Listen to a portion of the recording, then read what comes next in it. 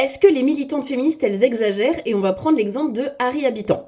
Harry Habitant, c'est un humoriste qui a été accusé de viol et notamment d'avoir imposé des pratiques sexuelles que sa compagne ne voulait pas il y a plusieurs années. Il a été mis en examen, il y a eu une expertise médicale qui a conclu au fait qu'il y avait des lésions vaginales et anales prouvant a priori un rapport non consenti, et il y a eu ensuite un non-lieu. Un non-lieu, ça ne veut pas dire que la personne est innocente. Ça veut dire qu'il y a un manque de preuves pour continuer, l'enquête. Et en fait, c'est quelque chose qui est super présent dans les violences sexuelles. Parce que, malheureusement, on ne peut pas prouver, dans plein de cas, qu'il y a eu une violence sexiste ou un viol ou une agression, ce genre de choses.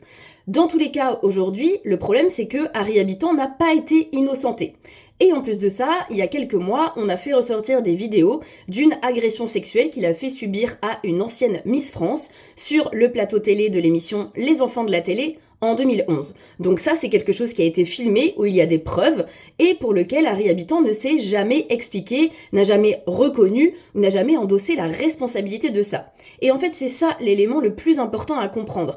Nous, les féministes, on ne dit pas que un humoriste comme Harry Habitant n'aurait plus jamais le droit de faire des spectacles, n'aurait plus jamais le droit d'exercer son métier. Moi, perso, je suis pour un féminisme anti-carcéral, anti-prison et anti-police, parce que je pense que ça ne résout pas nos problèmes. Par contre, je suis pour la prise de responsabilité des agresseurs. C'est-à-dire que quelqu'un qui a commis un préjudice envers une autre personne doit tout faire, tout mettre en place pour essayer de réparer. Et donc, ce qu'il faut faire, c'est mettre au centre la victime et ses besoins. Or, aujourd'hui, ce que fait Harry Habitant, en niant la réalité des faits, notamment rien que l'agression sexuelle qui est filmée, donc il y a des preuves, c'est imposer une nouvelle violence à la victime. Si des personnes comme Harry Habitant prenaient leurs responsabilités en disant « j'ai commis ceci, c'est une agression sexuelle, je veux essayer de réparer en écoutant le besoin de la victime », ce serait complètement différent.